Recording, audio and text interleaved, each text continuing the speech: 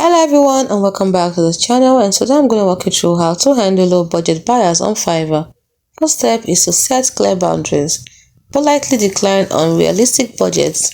For example, my standard rate is $5 for quality work. Do not give in to their unrealistic budget. Step 2. Offer a smaller service instead.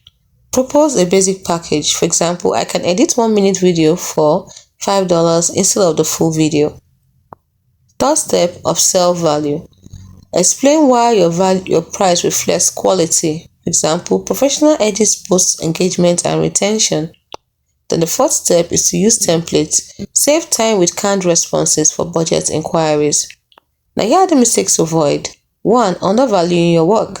Don't accept $5 gigs that waste time. 2. Engage in arguments. Stay professional. Say, I can't meet your budget, but here's my best offer. Step 3. Over-delivering for cheap.